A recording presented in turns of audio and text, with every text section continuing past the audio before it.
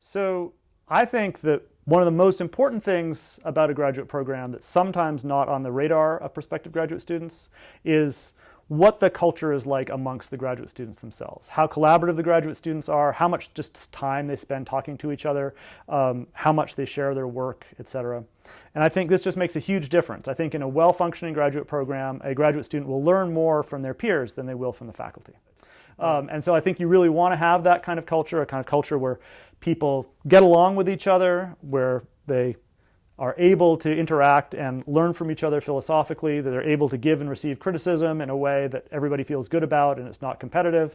And I think if you can get those features in the culture of a program, it makes a huge difference for people being able to really develop into the best philosophers they can during a relatively compressed period of time, given what people are trying to do in a graduate program. From my sense is that we do pretty well with this at Ohio State. My sense is that the graduate students are engaged in many kinds of informal and informal collective endeavors together. They talk to each other about their work, they share work.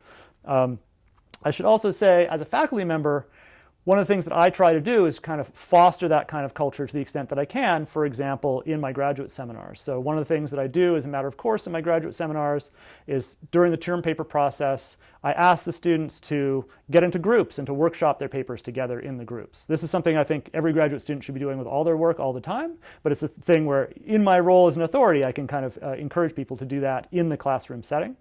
Similarly, this semester, I've been encouraging my students to consider co-authoring papers. So very often people feel like in the formal context of like graduate school, it's going to be hard to find contexts where they could actually do that. And I just think there's no reason to not make that an option in my seminars, and so I've started to do that as well.